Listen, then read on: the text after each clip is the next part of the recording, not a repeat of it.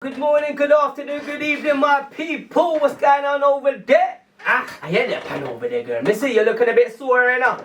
Don't told you about going to a dance hall party, say you mash up your back. All heap of gal in a wheelchair, them say I can't walk no more. Anyway, yo, listen, pattern up yourself, girl, yeah?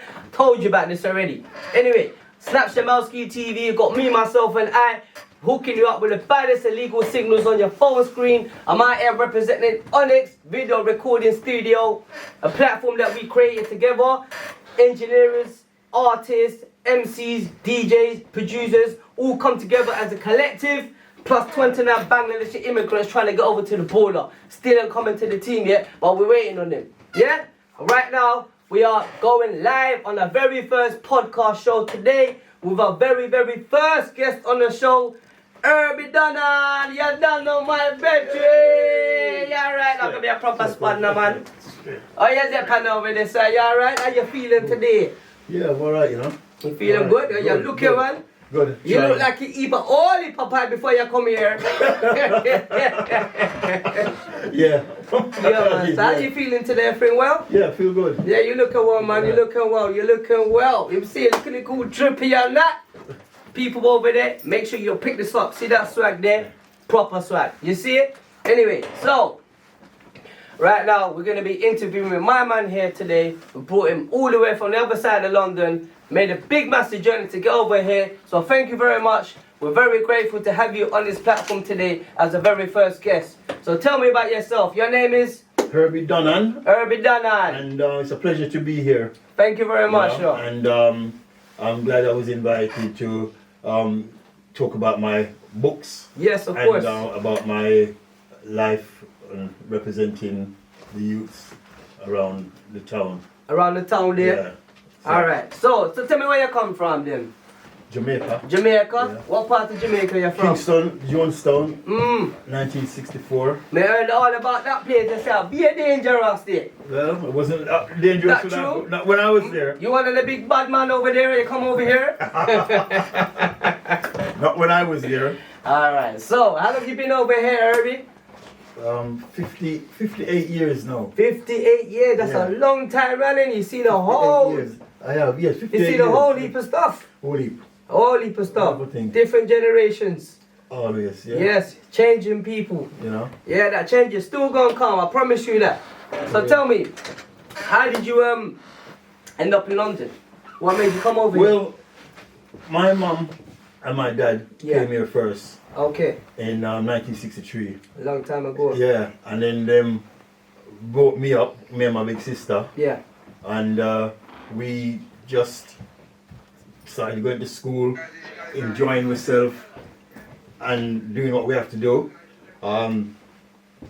Just taking life as it is, Taking really life and truly, you know. Yeah, of course. School really wasn't for me and thing, but as life goes, you have to turn yourself around. Yes, of course. You know what I mean? So you're saying them say no about you from the whole time there, so you're a bad man on the roadside, Not and you really. change it all up. Not at all. not at all. So you come into the UK at that time there. Tell me, what was it like growing up as a young black man in London?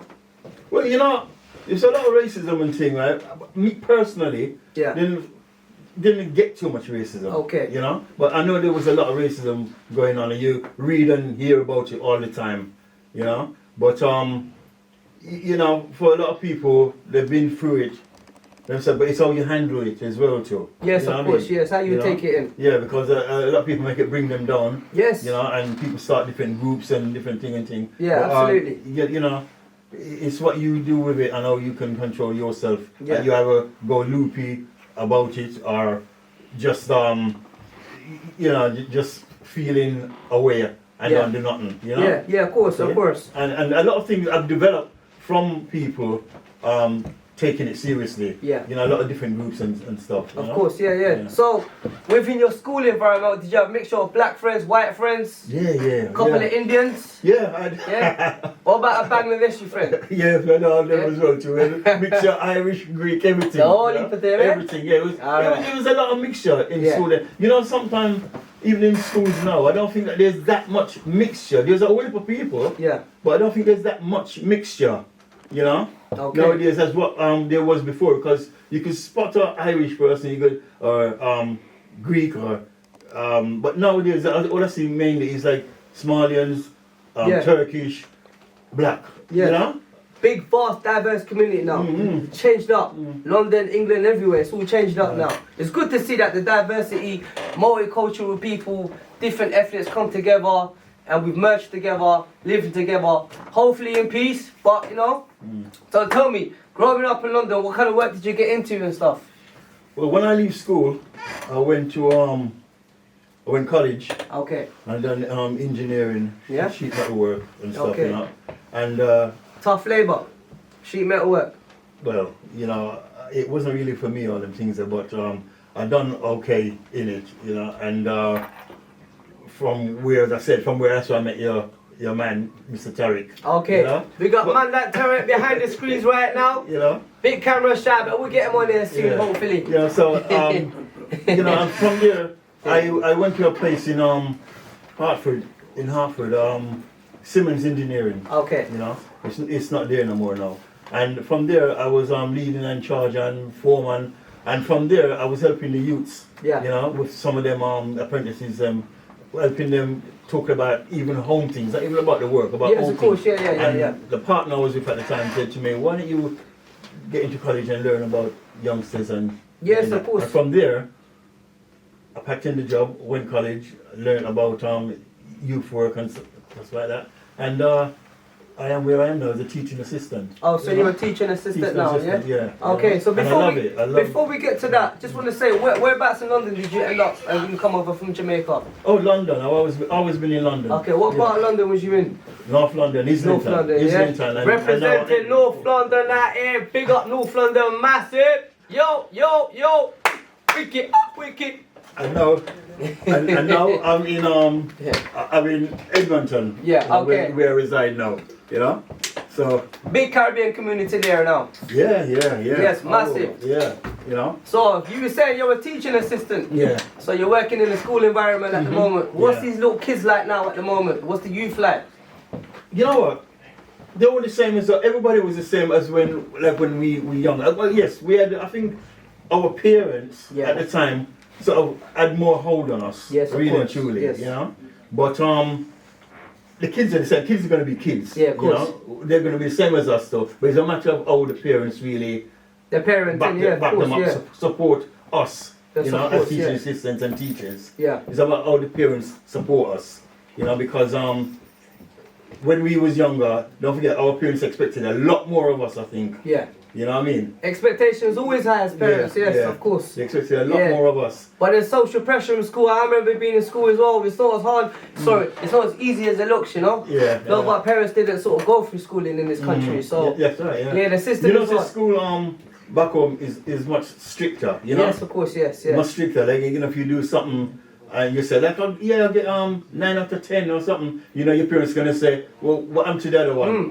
You're not good enough. You know what I mean? Yeah. But like nowadays, I don't think parents really too partial, you know what I mean? Yes, some of them get the kid out of the house going to school. Yeah. You know what I mean? They're saying, okay, you know? So working as a teaching assistant, you work in the primary, secondary environment or college? So all through school. Up to the age of from what, 5 years old up to 18 years old, you know. So you're dealing with college. Yeah. adults technically. Yeah. Wow. So what are they like? They must be quite tough, lot of back chat, back now. As I said, you get it from anybody. It's a matter of how you handle it, you know what I mean? And if you get the support from the parents as well too, you know. Okay. So back chat and all that doesn't matter. It's a matter of loving the job. Yes, of course. Respecting the job, respecting them and them respecting you as well. Absolutely. Getting to know the kids, you know what I mean?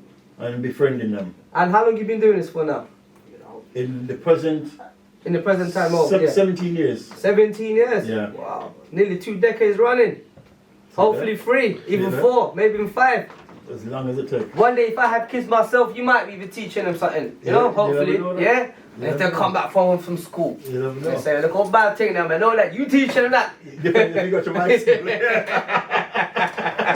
Depends if you got your mind. Yeah, so I've noticed when you got some yes. You got some books on the table. What you are? You're author, publisher. Well, I like to write poetry. Poetry, in my spare time, and where's the spare time? I write poetry all the time, anywhere. You know, things come into my head. and I will look at it, it's more observational poetry. Okay. So I see things and I hear things, and you know, I just something come to my head and I jot it down. And you write it down. And Yes. I write little bits down. It might take me 2 weeks to write one poem. It might take me a month. It might take me 6 months. Or one of them I might just write one morning. Wicked. You know, it just depends on what vibe I'm getting from that poem. You know? And is this how you sort of expressing your feelings and your views of the world, or Well, personal feelings, or it's just a collaboration of different things? A collaboration of different things. You know what I mean? Some of them is my experience. Some of them is past friends' experience. Yeah. Some of them is things that I've seen. It might be things happening in the school, or Yeah. you know, things happening out on the road in the gym or anywhere. You know, and I just something said to me, oh, that's a good title. Sometimes no one start with the title. Yes, of And course. sometimes Yeah. I say, oh, that's a good title. I put down the title and then that start that way. You know, I've noticed one thing about poetry and rhyming and stuff. So as I got older, you know, when I was young, I always thought that poetry always has to sort of rhyme. No. However, when I started reading different types of books and stuff, That's I right. realised that sometimes poetry, it doesn't rhyme at all. Yeah. It doesn't rhyme at all. It's just people's feelings. I used to say that it's just what you letting out. It's how you writing. I mean, don't forget them have a whole heap of like them have speaking words poets nowadays. Yeah. Spoken word poets. Yeah. Spoken words. You know, and it's kind of different. You know. Yeah. But you could do it anyway. Just getting your word out there, whichever way, whether it's in different stanzas or whatever. You know. Yeah. It's just getting your word out there. So is this something that you sort of considering progressing and transgressing into a bigger platform maybe? And Well, I wouldn't say bigger platform, but I want to continue writing books. Books, You know, I want to continue doing it. I like the idea of it. It gives me a buzz. That's my buzz anyway. Of course, yeah. No, everybody has their sort of craft. So, do you mind if I have a look at your book? Yeah. I've heard a lot about your books and your poetry, and as far as I know, you're a published author. Yeah. So people out there, he's a published author. If you don't know about him, Herbie Dunnan. Look through the world. You see it? See that there? Looking out at the world.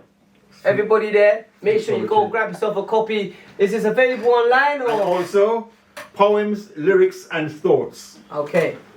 That was the first one. That's the second one. This is your second one, yeah? I see this is like a proper hardback. Yeah, that one was special to me because it was the first one off the line, and the others is hardback. You can get them in hardback or but the hardback costs a lot more. I like the illustration you've got around here as well. It's really nice, very appealing. So what this book is actually, is it available online or you can It's available online on Amazon. You can get it on Barnes and Noble. Yeah. You can order it in Waitrose. You can order it in Waterstones. Yeah. Waterstones is a big book retailer. But you have to order it in their shop, so you have to order it. Okay. Yeah, it's not on the shelves in your shop. You can order it on Amazon. Or you could contact myself. Yeah. And I will make it available to you. You're going to give me a bootleg copy from the back boot of the car, yeah? Say so. So tell me, how was it? Was it a challenging experience to sort of get your book published out to the world? And because I know there's a lot of inspiring people that write books and poetry, however they don't get heard. I wanted to. Well, I was always writing stuff, you know, and I didn't know how to get it out there. Okay. You know? And then where I work, a lady, she published a book. Okay. A poetry book. An established publisher already. Yeah. So I said, and there's only one book she done. And I said, how do you do it? Yeah. So she said, this was the publishers, blah blah. This is how you go about it. So I contacted them. Yeah. And then they contacted me. Yeah. And they kept on contacting each other. And the first book, Poem, Lyrics and Thoughts, developed. And I'm so pleased with it.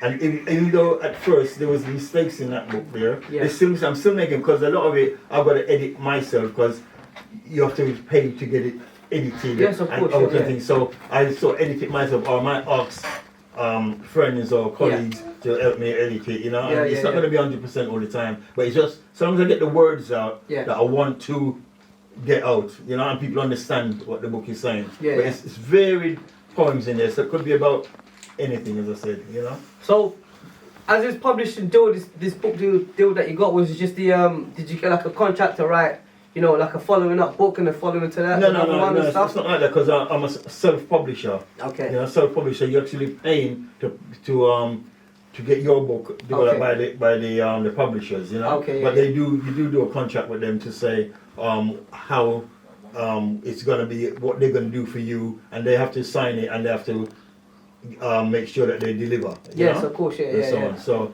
that's what basically what it is. You know, it's not easy, but then again, it's not too hard. Yeah. If you're determined to do it, you can. Many people can do it. And Of- many people are here say that they want to write a book. Oh, I want to do that. You know. Yeah, well, of course, yeah. I try to encourage them now to say, well, you can. You can, yeah, of People course, got yeah. life stories. Anything is possible. Yeah, anything is they've got life possible. stories. Well, let me congratulate you on that because that's quite an achievement, you know. And for you, inspiring writers, poets, artists, MCs, whatever you want to do, you know, there's always a way, there's always a window that you can climb through and get yourself out to the world. Because if my man done it, you can do it, I can do it, we can all do it. Yeah? So don't knock yourself and thinking that you can't do it because maybe your words and maybe your lyrics, you know, can change somebody's whole day, right? It's true. And I can, I'm reading through some of your stuff right here, and I can see it relates to the general public a lot. Yeah. There's a black history in there. There's all different kind. I like the way you've written your things down. It's not too technical, you know, because But you want it to generalize things. You want everybody to be able to pick it up and read it, you know? Yeah, absolutely. Because you know what, the young generation now, I don't know if I don't know if they're literate or illiterate now. Because the TikTok generation, I don't know if they can read or write.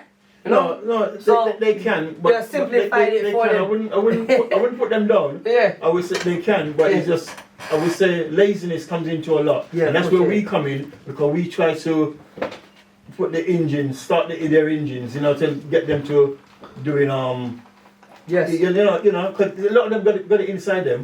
But they just don't want to. They stay up late at night playing. They need games, yeah, of course, yeah. So they need a little fireworks. Absolutely. About them, you know what I mean? See? So flipping through this book at the moment, is there a particular poem that you've written that is you know, special to you in particular, or Well, yeah, there's something that means a lot more than the others? there's so many in there that means a lot to me. You Yeah. know, I can't even sort of pick out one at the moment. You know. Yeah. I can't even pick out one at the moment because you know, I'll just turn a page and read. You know. Okay, well, before I read something out to the crowd over there, do you have your first poem that you've ever written? Maybe I can see that. First one I've ever written. Your first poem that you ever I written. don't think the first one I've ever written is in this book. No, it's in not. any of the books. You know what I mean? But there's poems in But there. you can't remember it? I can. You I can? can, yeah. Yeah, you have a good memory. How old are you? My You're looking age. about 25. Girl, them over there don't say right now. Him say a single man on the market them. Alright? You single, right? Yeah. Yeah, you single, innit? Yes. Yes, I'm saying a single man ready to go out and party with you. You see it? I doubt it. Together you can Excuse sit me. down and write books about your date. I'm 65. You're 65. Yeah. MashaAllah, look at you look well. Yeah. You could be 65. you could be my grandson. I might have a few grandsons myself I don't even know about. Been a little boy. Yeah. So I'll tell you what, I'm gonna read one of your poems out. I'm just gonna pick a random one. Okay. Alright, this sounds very you know what, this sounds like it's appealing to the mass community right now. So Which one is that? this is called Lift Up Yourself. Okay. Lift up yourself. You're feeling down, you lift up yourself. So here it goes. Shall I read it in a Caribbean accent? No, read it in a normal accent. So Oh, but everybody can understand it. I can do it in Indian accent. No, don't do that. No discrimination here, people. Just read it in normal accent. We live in England. Alright, is that England? Alright, English. Alright, mate, lovely. Right, here it goes. You always seem to focus on bad decisions that you make. You've made a lot of good ones too, so don't underestimate. Don't put yourself down or beat yourself up. Be proud and believe. If you do make mistakes, just start again and roll up your sleeve. Ah, you know what? See that there? Can't give me a spot here. See that there? You see that 4 lines there, yeah? It means a lot. I can see that there's a lot of meaning behind that, you know. Such a simplified poem, yeah. It's not even a poem too much. It's just a few words put together. And you know what? Let me read it again, yeah. In case you lot didn't hear, all right? Because music that you lot been listening to last night mashed up your head, especially that drill music. Done told you about you little kids over there, yeah. Now let me educate you lot, yeah. Right. When you're feeling down, you gotta lift up yourself. You always seem to focus on bad decisions that you make. You've made a lot of good ones too, so don't underestimate, yeah? Don't put yourself down or beat yourself up. Be proud and believe. If you do make mistakes, just start again and roll up your sleeve. You see it? And this one, if I can just say, this one just goes alongside this. Alright, go on. It's called The Bright Side. The bright side. The bright side of life, yeah? The brighter side. Optimistic, that's me, though my chances look slim. I'm a fighter, and fight I will, though the future looks grim. I take my chances one at a time and let them accumulate. For what you sow, you must reap. One day it must be great. Chances are few and far between, so I've got to have that zest to take whatever comes to me and try to do my best. A pessimist? Not me, though my chances look slim. I'm a fighter and I fight to win, though the future looks grim. Go on, I hear the power in that. See that there? See the power of words? So it's just telling The you, wisdom of words. when things look down for you still, Yeah. you can always look forward and be happy and still gain something from it. Of you course, know? yeah. Not Of put course, yourself- absolutely. not Beautiful, put man. I yourself love it. I down, love it. And I've seen you got various poems. There's so much here. You know, I'm gonna have to spend about 3 years reading all of this. No, you know, because I sold the book to a friend of mine, and she took it to. She was going to work on the train, and she read it all. What, the whole book in one? She read the old book all on the Yeah. way to the train. She goes, and even at night time, she said she put it there, and she'll read one poem now. And Okay. again. To take it in, it's, yeah. It's that kind of book. You don't want to rush read it, you know? Yeah, You have to take it in one poem at a time, of course, absolutely. It's not really, because I see what you've written here is it's touching. Touching to the heart, to the soul. You know, and like I said, you know, see what you've written here, it could change someone's day, you know, spiritually lift them. Which is what we want, right? Because the whole world is depressed. For some, I don't know what reason. Told you about your shopping sprees, yeah? Racking up them credit card bills and then they're getting all depressed. Yeah, it ain't my problem, baby girl. And it ain't his either. He's there trying to inspire you, Lord. Uplift. Uplift up your spirits. Lift me up, lift me up. Alright, so what is there any particular times that you feel like you want to write or something that you want like you in a particular setting? No, as I said, it could be any time. I home? could wake up 3 o'clock in the morning and something could just come in my head, and I'll just pick up my phone and write something on the phone quickly until, maybe a few lines. Yeah. And then later on something else might come, or I might just leave it for a week or whenever it just comes When it to comes finish to off. it. So it's no particular Can't time, rush it. but I feel good Yeah. when I've done something. When I've done it, completed something. Yeah, self-satisfaction and, is- I feel really good about that, So that just drives me on, really, just to finish. So do we have something to look forward to in the future? Yes, at the moment. A sequel maybe? What a sequel? There's a third book. There's a third book. It's on the printing press at the moment. Oh, wicked. And that should hopefully be out in December. December, okay. Hopefully before that, but out in December. And that's going to be called, wait for it, Herbie Writes Again. You heard that, people? Herbie Writes Again. Yeah. And how much are we looking at for one of these books? Because a lot of these youths, this young generation, everyone actually, everybody claims to be broke, but you walk down the road and everybody's got Air Jordans on. So we want to know what kind of roughly price. These books are about $9.95. $9.95, yeah? Yeah, on Amazon, and as I said, Yeah. Barnes and Noble. Yeah. You can order it from W.A. Smith and Waterstones also.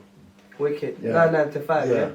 Wicked. But from time to time, Amazon do drop the price. Yeah, and of then course, put it yeah, up yeah, again, yeah. you know, and so on. But it's there all the time. Well, Wicked. as I said, contact me through Onyx, and we'll do something out. So something for out. everybody. For all of you people out there, if you're into reading, you want to educate your mind, give yourself a bit of knowledge, words is always good for the mind, and you want to start reading, you never picked up a book, and you want to pick up a book, this could be the first book that you ever pick up, and it could be one of the many books that you end up reading. You may even become a publisher yourself and author yourself, And you never also, know. if anybody wants to, I'm sure your boss will let you if people want to contact Onyx, to contact me, I can help them and show them where to go to get things published. Because there's so many publishers out there, but there's also a lot of bogus publishers out there. Yes, of course, yeah. You know, so I could probably lead them in the right direction. So if anybody wants to contact Onyx, well, talking about Onyx at the moment, I'm about to sack my boss because he's promised me a pay rise. And what's happened, boss? Where's my pay rise? Yeah. You know how much I paid to get on the bus today? Flipping hell, and I come here, you know how much I spent to get here? And my boss has promised to give me a pay rise. He ain't give me. I'm sure he'll give you a lift home. You get it? I'm sure he'll give you a lift home. You know? But as I said, even you yourself could write a book. If you got stuff in your mind, you know, you could write. You see a lot of these young guys that doing drill music or you know, rapping or whatever. A lot of them could take a lot of the stuff that they do of course, and actually put it on you know, well, they do it on paper, because I've even seen school, I've seen them doing it, and put it into the form of a book. Absolutely. You know? Absolutely. Talking of, you know, rappers, general dual artists, if you actually look at the wordplay, it's very technical, you know. And you have to be quite smart. That's why I love to sort of rap, put these words together. So dual artists, we're not putting it down. We're just asking you to turn it a bit more positive, so the younger generation can feed off you, learn off you, and you know, you can be an inspiring artist for them. You know, for them. You know as well. Like in this book, there's a poem about Shakespeare which I wrote in school. And I was reading. They're doing Shakespeare now in the class. And I read it to the class. And they understood it. A lot more. Than sometimes they get confused with what the teachers are actually saying because of the way the Shakespeare used to speak in those times and that. But the way I wrote the poem, they understood it a lot more. And I said they should do all lessons like that in sort of poetry form. They'd understand it more. You know? You know, you having said that as well, because I remember when I was a young boy. Because how old do you think I am? About 36. 36, you know, 36. Tell you what, I'm 54. How about that? No, I'm joking. How old are you? I'm only 21. But when I was in school, I remember I liked English literature a lot. And I enjoyed reading literature, like what you things like you've written, and poems, and in regards to Shakespeare. You know, his poems are obviously. Did you understand it? It's so technical, and obviously it's written in Old English language, isn't it? Exactly, Or where art, though, all of this, all of that. But you know what I like about the class I'm with now too? When we do sort of read out, people, the teacher asks these people to read, and they're actually reading it. I mean, they're not saying it 100%, but they're actually reading it, and you'd think, you know, that they wouldn't want to do it, you know, but they're actually doing it, and that really makes me feel good. You know? No, but see, the way you've written your stuff as well, you know, it helps the youth engage more because they understand it rather than just, sometimes you can read the script and you can read it with most technical words, however, you haven't taken it in depth in terms of the substance behind it because you haven't understood it. You get it? So when you sort of simplify it more, I think, you know, generally to the crowd, youngers, olders, it appeals to them more because it's easy for them to read. It's like reading a newspaper. You know, you're drawn into it, you're more intrigued and interested in it. So it's good to just be inspiring in that kind of way. And there's different ways of inspiring the kids, different ways of you know, making everybody feel good. You know? So that's one of the ways writing. You know, and even in the new book. There's a poem in there I've written alongside one of the teenagers I work with, and it's about ADHD, which is something that he has, you know, and we talked about it and everything, and it inspired me to write a poem, ADHD, about it, you know, and I've got it somewhere. It's in here somewhere over there. I'll tell you what, you know, ADHD is so common amongst the people, and it's good you've written something like that. Because you know, you'll be surprised how many people have ADHD. Definitely. You know, and I think the younger generation now, it's like it's more vast, it's private than it was before back then. You know, there's a lot of people going through mental there's a lot of mental health at the moment. Even you know, autism and things like that. You know, so I tend to, as I said, in the new book, I've got poems like that. You know, and it everybody could see and understand what they're about more, you know. Yeah, of course. And I pick on words as well, like idiosyncrasy and things like that, you know. Yeah, just yeah. to let them know what that word means, Yeah, you know. yeah. Because a lot of people, they hear these words and they don't know what they mean. They you don't know? know what it is. There's like a, if you can differentiate between having a phone on a book as opposed to having a phone in a hardback platform, like the original way a phone should be. I think it's just a whole different feeling of reading the book itself. Wouldn't you think? Do you get it? Definitely. The whole flipping the page, leaving your the bookmark there when you finish. It's just the way a book should be, really. You know, rather than having it on the phone. Well, that's my opinion anyway. But, I think you're right about that. yeah, I see you got your what's that? Your wedding picture there, yeah, at the back. I was never married. No. I've never been married. Herbie Dunnan. Yeah. Now they ask you when you're publishing, they always ask you for a setup, like what send a picture in of what you want on the back, you know. Yeah, of course. So you obviously put your best picture up. Absolutely, man. You know? Absolutely. No, you look well with it, man. Look at that again. Yeah, you look about 18 there, actually. Oh my God. You know. So tell me about yourself in general, man. What you been up to then, like recently and stuff? Like besides your work life and I like going to the gym. Like going to the gym, yeah? Yeah, I do like going to the gym. I don't go as often as I should. Yeah. You know, and but even in the gym, I'm still writing things in my head. Yeah, of course. You know, yeah, and I like going to the gym, and as I said, I love my job really. You know, even though it's what can I say? It's rough at times. Yeah. You know, but once you know the kids, then you know, and they know you. You know, it's easy. You know, but they are hard at times. Yes, I can imagine. I can imagine. You know, I love it. You know, and as soon I was supposed to. They sent me something the other day about retiring. Okay. You know, but I don't. I'm not even thinking about retiring. No, I'll tell you what. You know, as long as you for as much time you can stay at work, I definitely recommend you stay at work. It's good for you. You know, you keep the money coming in. It's good for your mental health as well. You know. Yeah. And you know, making again, you being in a class environment is making major dramatic differences in young kids' lives. You know, that generation of youth right now. You know, when they grow up from what you've been teaching them could, you know, potentially have them leading into paths of being doctors, architects, engineers and stuff. And it's good. I think you should stay in that work. You know. Yeah. Do you have anything that you want to say to young aspiring teachers that want to become teachers or teaching assistants and stuff, or want to work in the educational environment? I said do it because a lot of people they seem like they fear that they will talk about the kids, but the thing is, get to know the kids because there's a lot of kids with issues going on at home that people don't know about. Yes, they just look at the kid. It's the issues that make the kids the way that they are. Yeah, of course, right? But a lot of people don't see that. They don't know that. They just see the kid doing wrong. You know. You'll find not kid. Yeah, sorry. Go ahead. But it's not necessarily that the kid is wrong or doing things bad. Yeah. It's just because of situations at home. So hopefully in the future I'll continue to be working there anyway and just wicked. Done it. Wicked. So what I'm gonna do, I'm gonna cut you off right there. We're gonna have a little tea break, pour up some liquor, and then we're gonna get back to it, to the second part of the series, Okay. Alright? People there, we'll be back in a minute. Alright? See you in a minute.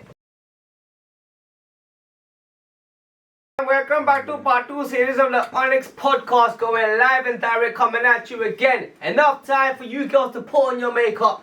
Anyway, listen girl, I told you about yourself, still putting on that Charlotte Tilbury and you still look like a mess. Talking about a mess, that girl I saw the other day looked like a bloody birthday cake she did. I thought it was my birthday.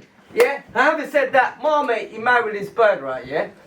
Woke up in the morning and he was traumatized, bro. He was traumatized. He ain't been the same since. He's going for mental therapy because his missus looks like a bloody mess. It turns out she was actually a man wearing makeup. Ooh.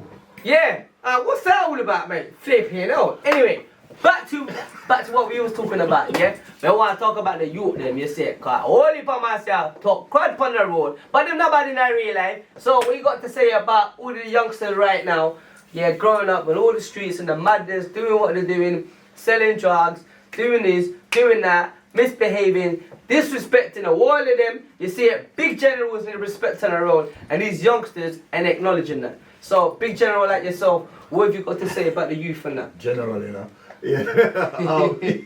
Yeah, as I said, well, we all know it's not right what they're doing, and it's dangerous how they're getting taken off the streets and all kind of thing, you know. Yeah. But you try to tell the kids them that, and I'll be all right, I'll be all right. You know, everybody think they're gonna be all right. Yeah, you know. But the main thing is to stay away from certain place, because once you stay away, you're not there to catch up into it, you know. Of course, yeah. But they still don't see it, because they think it makes them look that little bit geezer. Yeah, of course, you know it gives them a little image and stuff, you know? yeah. But it's not so it goes, you know. Yeah. But as I said, they're not seeing it. Of course, yeah. I think a lot of the youths these days do not realise, you know, time is so precious, it's the essence. And, you know, every split second that we lose is a loss. Yeah. It's a loss, you know, and that time we can't get back. A lot of these youths are ending up in jail.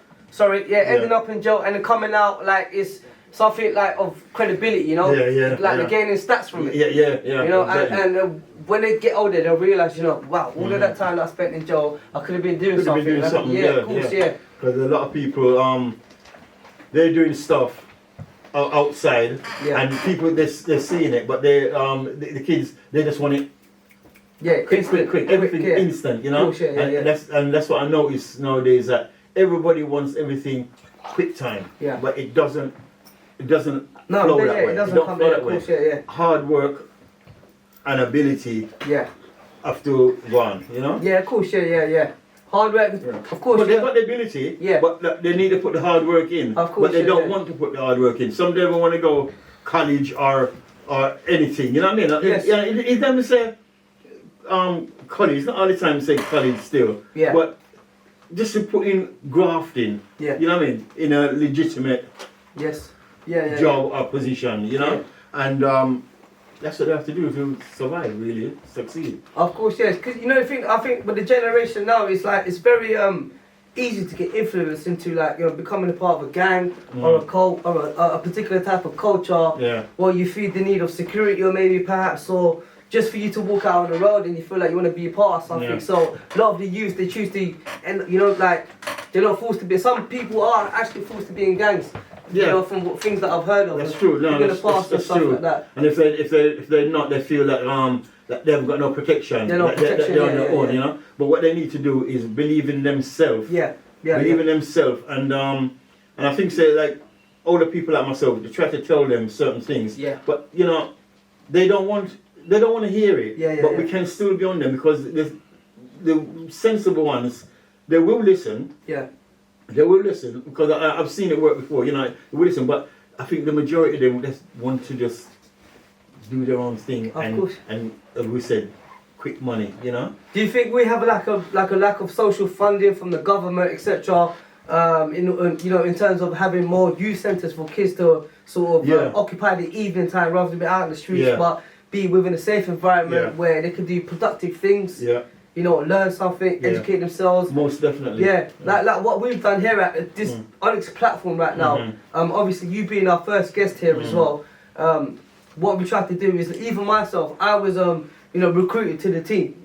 And I've come here and I've seen the exposure that they're giving out to the people, and it's such a positive thing, because we've got we're doing this first podcast.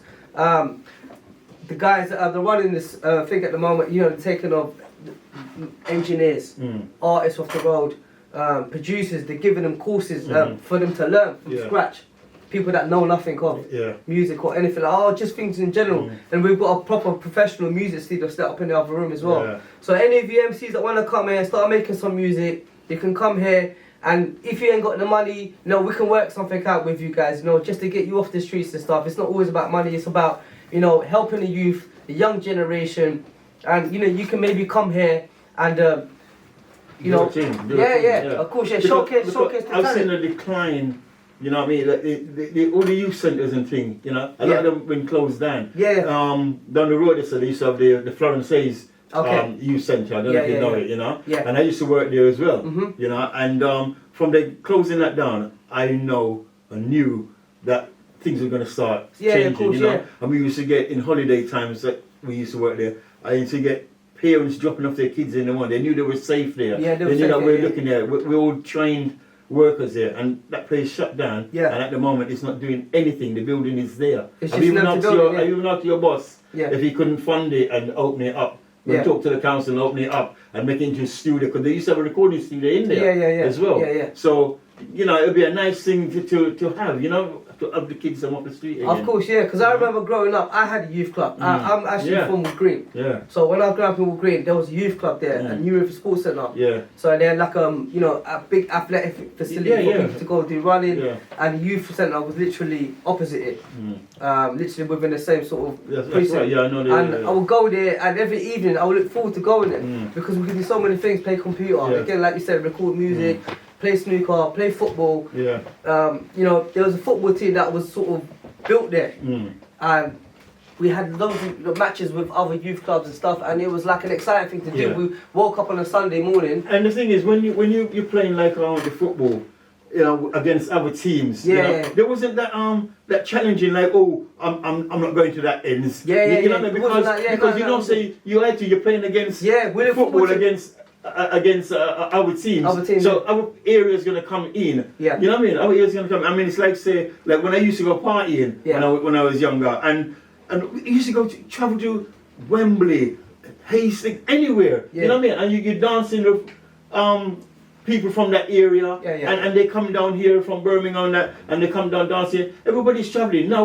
People are scared Yeah, to actually go out Yeah. of their ends Yeah. as such, you know, to party, to rave or thing like that. Go You to know? different Or they go territories and undercover, stuff. you know. Everybody got the hood up because Yeah. they don't want people to see where they're walking, you know. Of If you course. have something Yeah. positive to give them, Yeah.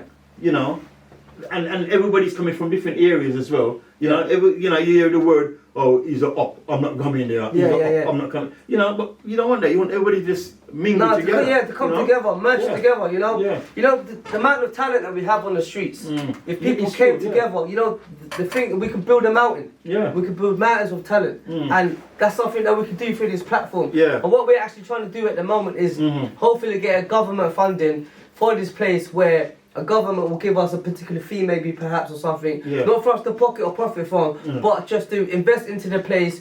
And obviously, you can see by the decor, this is all done within in-house Yeah. by the team that are working here. So hopefully one day we can get architects from Italy, and yeah. No, but just generally speaking, Big up Michelangelo. you know. Oh God, yeah, you know. But you know, if you could get like a social funding, and then we can bring the kids in there, we can have like particular days on a weekday or weekend, whichever it may be. Definitely, yeah. And they can come in there and we can help them. We can help them, and you know, the time that was spent on the shoot, they can spend it in here, and maybe provide a service where we can get them dropped home safe as well. Yeah. And not just for the neighbourhood, for the whole borough, for the whole of London. But you know what it is as well? It's making the right connections. Yeah. Like the right people got to see us. The Yeah. right people got to say, yeah, I like that. Yeah. And get involved. You know what I mean? Just everybody come on board. You know what I mean? Because, you know, it's not going to do them any harm. It's going to build them up. Yeah. It's an uplifting project. We're trying to keep this gate open for everyone. So Yeah. it's not we don't want someone from coming from that side of London and that side of London. Yeah. And like you said, you know, stepping on each other's territories. Yeah. It's not about that. We're trying to make a platform where Just everybody come in, yeah. sits together, we eat together, like a family, and we go home together safely. And You know, that's what we're why trying to do. when I was asked to come and do this, so you know, and your boss, Yeah. Mr. Charik, Yeah. and he said, Big up T. say, you know, Onyx Yeah. is the place to be right Yeah. now. You Yeah, know, yeah. but yes, we're just starting, but we just want to expand. Yeah, I mean, as I said, this is our very first podcast. So, you know, there's going to be more in the pipeline, and we were trying to do about 20,000 podcasts in a week. yeah. So, yeah, make yourself free, yeah? You better tell the missus there, I'm going to go out, and then we'll come home later. yeah. But, yeah, you're talking about the youth. Have you ever written anything about, like, in terms of poetry, about youth, gun crime, culture, or anything like that? Funny you should say that. Yeah? Oh, you have something? I've got something Say, for you. this man here is magic, you know. I'm saying, he's got written something for every... You heard a magic mic? Yeah, a magic yes. herb. What type of herb? No, not that kind of herb. I've got this one here. It's called Killing on the Streets. Killing on the And, streets. and I hope you like it. Yeah. Because you know, I think it's relevant to what's going on. Relevant right? to Right. Every day we hear. I'm sorry, but I have to look. I can't look at the camera. I have to look at the book and I read thought it, you right? was improvising it. Yeah. Every day we hear the same thing. Another murder, another killing. It may be a shooting, maybe a stabbing, but someone's dead or they're dying. Are you doing this to gain street cred? But who knows? You may soon be dead. I walk on the street where it's red. It's the spot where another's bled. Every day we hear blam blam blam. Now police hunting another gunman. How many black youths left in the city? Not a lot, and oh, what a pity. Non-blacks are laughing at us killing our own. You're not giving our own time to grow. Every time we hear the same thing, another murder, another killing. Turn on the TV and hear the news. Another family's child is being abused. Where did you get your gun? Where did you get your knife? Look what you've done. You've ruined another family's life. You are killing people and don't want anyone to snitch. All you are doing is making the florists rich. We're walking on the street, looking over our shoulder. When is this war gonna be over? Every day we hear the same thing. Another murder, another killing. It may be a shooting, it may be a stabbing, but someone's dead or they're dying. And I thought that was kind of appropriate. What a wonderful poem that was, you know. Brilliantly put together. You know, I think you just touched on every subject that the current people can relate to. Well, I hope it does because I like what you just said as well. Something about being rich, all you're doing is making the florist rich. Yeah. And it's so true, isn't it? Because the youths are killing each other, what do you do? End up buying flowers for the funeral. Yeah. And so what you want to be doing? You should be buying flowers for your mum every day. But what are you doing? You're buying it for your dead friend. For your dead friend. Yeah. How does that make sense? You know? Exactly. I'm talking of that, you know, like you said, you know, like the other people, you know, the other people are looking down on us people as general and thinking, look at these people running around killing each other, you know? Because they're having a laugh. Yeah. They're saying like, you know, look, they're doing, we don't need to fight them. Yeah, yeah. You know, you're too much in this, them fighting us. Of course, you know what I mean? It's us fighting us. Yeah. Why? You know, it don't make sense. Of course, It just doesn't make sense. You know, with this Black Lives Matter thing, do you think it's been like a scandal in the sense that, you know, we've tried to, you know, the Black Lives Matter movement has tried to embrace and give empowerment to the black people. However, you know, the underlying issues are the black people are sort of still fighting amongst each other, where the non-coloured people are maybe perhaps looking back and thinking, let them do their thing. Because is that what they want, do you think, or? No, I think Black Lives Matter is relevant. It's good to have, you know, because there is people working, even if you don't hear about them all the time. Yes, you do hear about them more when something tragic, really tragic has happened. But they are doing things still. But we need to really be out there all the time, throwing it in people's face, you know what I mean, to say that Black Lives Matter and it's not going away, you know what I mean, we need to sort it out, you know, because I think sometimes when it's sort of died down, people think that it's not going on, you know, we're not doing anything still, you know? Absolutely. Yeah, so I think it is relevant to have it. Yeah? Yeah. Well, you know, in regards to that as well, do you think like, you know, that with the culture these days, do you think like the youth smoking weed has a massive effect on the youth sort of, you know, being aggressive, being in a bad state of mind, being in on downers all the time, waking up feeling like angry at the world? I do feel that. I think that a lot of kids are smoking what they don't know what they're smoking. Yes, of course, yeah. And it's making them aggressive. Yeah. It's making them not wanting to do things, making them slow but want fast action. Yeah. You know, they're slow but they want things to happen fast, as you said. Course, you know, and I think that is what's happening actually, that they're just smoking things that they don't know about and it's not the right caliber of things, whatever they're smoking. Do you think, I personally think it's become more of like a sort of a fashionable thing Yeah. now, as opposed to something that was taken back in the day Yeah. to sort of Yeah. keep you relaxed. Yeah. Yeah. But and they've taken the I do think that as well. It is just like on a fashion thing, like, oh, he's doing it, yeah John's doing it, yeah I'm gonna do it. I'm gonna you do know it, what I mean? yeah. And I'm gonna try it. And you might try it and John might stop. And you can't handle it. You can't handle you know? it, yeah. And then you've gone clear and gone something, yeah taking something different. yeah You know? yeah. And God.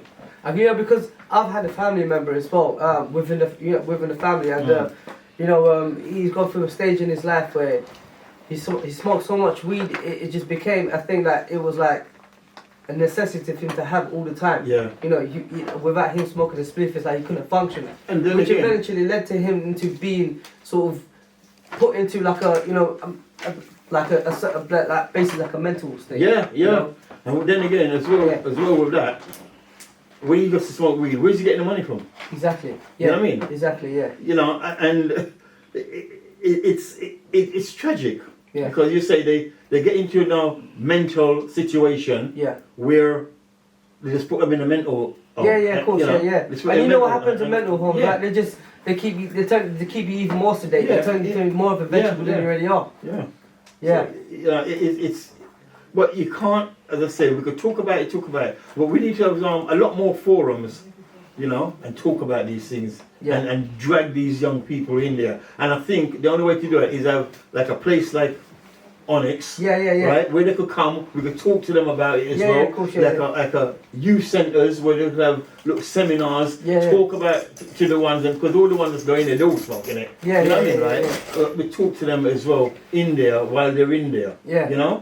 We give them something to do as well. No, absolutely. That's what we're trying to do here. Maybe having this place as a studio as well. We want to be able to take kids from here, take them on trips. Yeah. Maybe even perhaps take them to like a massive professional recording studio up in Yeah, London somewhere yeah. as like a day trip, just to give back to them. Yeah. Make them feel appreciated, give them a bit of gratitude for coming here. Yeah. You Imagine give how them their people time, feel yeah. if you took them down to Abbey Road Studios Imagine that, yeah. for the day, the iconic Yeah. studio the Beatles Yeah. walked on the I'm zebra walking crossing. past the zebra crossing. Yeah, Is that the Beatles? Yeah, the Beatles, The Beatles, yes.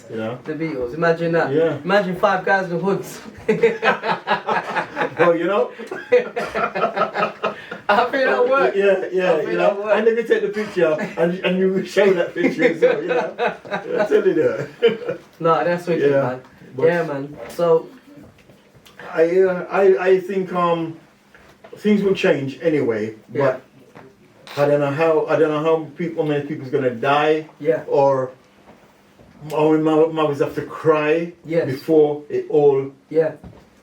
ends. Before it all ends, yeah. I mean, how many I mothers don't have- see it ending completely, but it needs to end drastically. You know what I mean?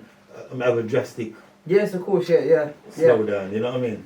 I mean, how many young people have we lost within this year? Yeah. Let alone last year. Yeah, you know? every minute you hear something like Yeah. that. You know? Over things that are maybe sort of accumulated over just a petty argument.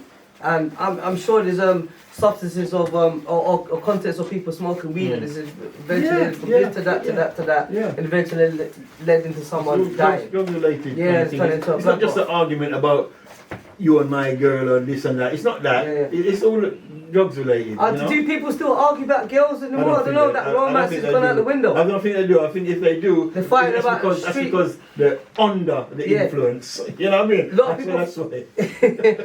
I mean, a lot of people are fighting over postcodes now. Well, yeah, that's what I'm saying. you though, know. But it's all under because they're under the influence. I mean, whose postcode is it? You know what I mean? Yeah, You're not very true. We don't own nothing here. They're not even working yet. Yeah. They haven't got an NI number. You know what I mean? But they're fighting over postcode. Of course, to be honest, to the young generation out there, if you think about it and put it into perspective, you can never own the street. You can never, postcode will never give a damn about you. When you start paying council tax, Yeah. that's when you can start saying you have a piece of the street. No, but even then, right? so, forever you're going to pay council tax, No. but they will never give you one piece of No, brick no, from no, that I'm just street. saying. And it's like, here, frame this brick on your wall Yeah. and frame it and say, yeah, this is your bit of the street. Yeah. They'll never do that. 'Cause the streets is cold. Yeah. The streets, there's no love in the streets. Yeah.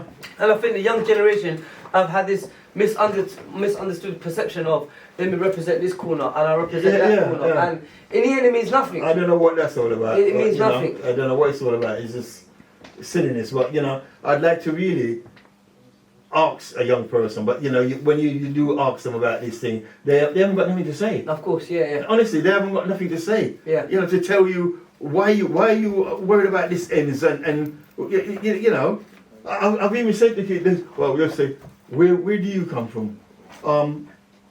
That end down there, sir, you know. Yeah. Oh, I come from there, sir. Oh, you can't come to my. And I know they're joking, but it's their mentality. It's saying, you know. I can understand the mentality because some people are like, you know, without even unknowingly manipulating into believing or having a particular perspective about, yes, I come from this block, so therefore I own it. Yeah. And you can't come here. Yeah. And I think like the young generation need to snap out of that. You know, Definitely. because you know, being in London, like in England in general, is a land of opportunity. Of course it is. And you know, nowadays you don't have to leave your house to work. Well, You know, there's so much things on the computers and so many jobs available out there to the youngsters, as well as olders as well. And you know, the streets is like the last thing you want to think about.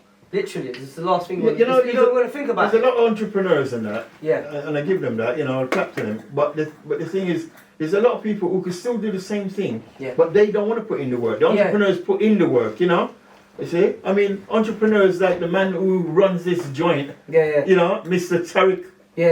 William Ahmed. Right? He's a big entrepreneur. You know? And, you know, they put their coins into something, but and do the hard work. Yeah, of course, Right? But there's a lot of people who just don't want to do that. They don't want to. They'd rather take from people like Tariq. Yeah, of course, You know what I mean? They probably want to take from him. Yeah. You know, when he's trying to do something, trying to build up. Yeah. You know, and that's not the way to go. But hopefully we can change that mentality and that perspective of people, you know, and their perception of life. Yeah. How, you know, Definitely. The world is big.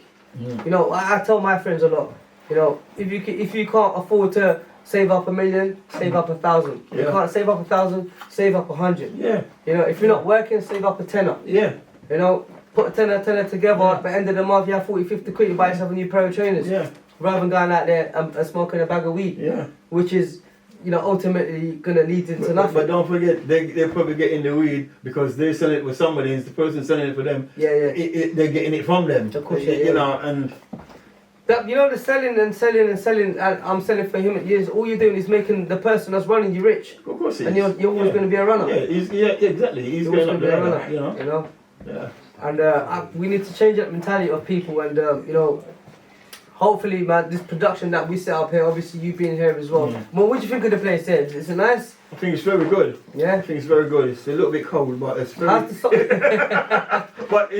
but it's very good. The boss man ain't paid his electric bill, let alone my pay rise. Yeah, so he's trying to do a thing as well. You know what I mean? So we have to allow that for a little while. Absolutely, yeah. What about the sofa? Comfortable? Huh? Comfortable. Oh yeah, the sofa is well comfortable. It's just like mine at home. Because what we want to do, we want to have you on the show again. Yeah. And if you have a lady friend, we want it to be comfortable on that sofa. Yeah, don't worry about it. So yeah, is it good? I'm not sure my missus will like this sofa. She likes the designer ones. Okay. Gucci, Louis and all this of that. This is designer. Look at the label under there. Is it real leather? Yeah. Leather? Yeah, no, it's leather. We'll have to check the label after. Yeah, man. So, well, what's your plans throughout, you know, the next sort of 5 to 10 years, or even next week? Do you have anything in pipeline at the moment? Do you have any kids? That's right, I didn't ask you. Do you have any children? Yeah. Yeah? Yeah. Okay, and do you have any grandkids? Yeah. How many do you have? 3. Wow, wonderful. And children? 1. And how many women you have? No, you can't answer that kind of question. None. I haven't got none. None? None. No. So how you get all of these kids with no women then? All of these kids, I've got 1 kid. Okay. For 1 woman. Alright. And my daughter has got 3 kids. Okay. Yeah, you know. So what you say? My daughter is 47 next month. Oh, wonderful! Wow. Yeah. Wow. Yeah. So they're proper grown up then, the adults. Yes. The adults, yeah. Well, she was born when I was young. Yeah.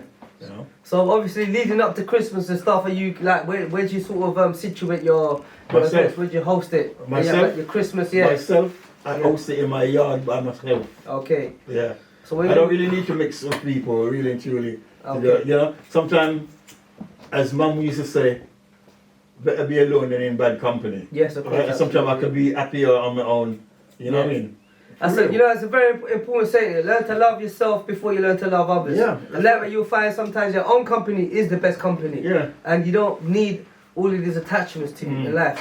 Yeah. In terms of friends and so-called people that want to be with you. When you truly, in your times of downfall and despair, they're not there for you. Yeah, You know? because I got all this writing and stuff now. When Christmas come now, I got the holidays. I got all this time I could put into writing and cooking and gymming and start cleaning up the garden and you know what I mean, getting ready for spring. Because after Christmas, spring start. You know, almost. You know what I mean? So yeah, good boy. So this Christmas coming up, leading up to Christmas, you say you got what? Do we have an invite to your house? Cook out some jerk turkey and all of that? No. But how do you know what jerk turkey is? Jerk turkey, I know about it. No, because funny enough, I done some today. What, jerk turkey, yeah? Yeah, that's what your belly looking for. I know. My belly looking full because I got all these in my head. And so I haven't said that. I think my Uber's arrived actually. We'll order some food, so we're going to get a little munching. Oh yeah. And, okay, good. That's it. Okay, and so we're gonna eat that and we're gonna eat and we're gonna come back. Yeah. All right. So we'll see you in a bit. So actually, you know what? I'm thinking. Hold on. What's the time right now? I read another poem. Yeah, read another poem. That's what I should do. Yeah. I read another poem. Yeah. Let's keep that waiting. Cause I know you wanted to read asking me before. You wanted to read that poem before. I remember. Yeah. You asked me before. How I started. Doing this thing. And this is just a poem I wrote about how I started. And it says how I did it. I decided to write a book. I was encouraged to do so. I jotted down things on pieces of paper to see how far it would go. I made notes of anything that came to my head, things that I observed, be it alive or dead. I liked the thought of writing. It made me feel free. But now it's hard to stop. And that's what's worrying me. I write about this and that, things that makes me happy or sad, things that make me laugh, and things that makes me mad. Wow. I like to see my work in print. It's a lovely feeling. I like to speak my mind. My thoughts I am revealing. What a beautiful poem. You like that? You know? We love it. Forget us, I'm sure the people out there are going to love it even more. Well, I hope they do, because there's a lot more like that in the books. As I said, my poems are observational poems. Yes, of course. And it's about things that you see, it's things that other people want to say, but they don't say. But I could say it through poetry. You understand what I'm saying? Absolutely. And that's how wicked, man. Things. That's wicked, man. I'm just gonna quickly show the camera the books that you have here. Hold them up. And people out there, if you're willing to spend a bit of money, go get yourself one of these, purchase yourself one of these books and learn something out of it. If you don't want to read, perhaps give a present to your mom, your dad, your Christmas present to your grandparents, or even your neighbour. But make sure you support this man here, Herbie Dunnan. Dunham. Dunham, we get around. Christmas coming. Yeah, Christmas coming. So contact me. Wrap up if you can through ONYX, and they will lead you to me. You will get your copy. Wicked, my man. So the next time we come here, I'm gonna have some poetry written out for you as well. I thought you were gonna say you're gonna have some money to buy the book. Alright, let's go get this Uber, man. We're gonna munch up some dirt now. Alright? See you there in a bit, guys. Make sure you stay tuned, stay locked in for the next series coming in soon. And Herbie, don't forget. ONYX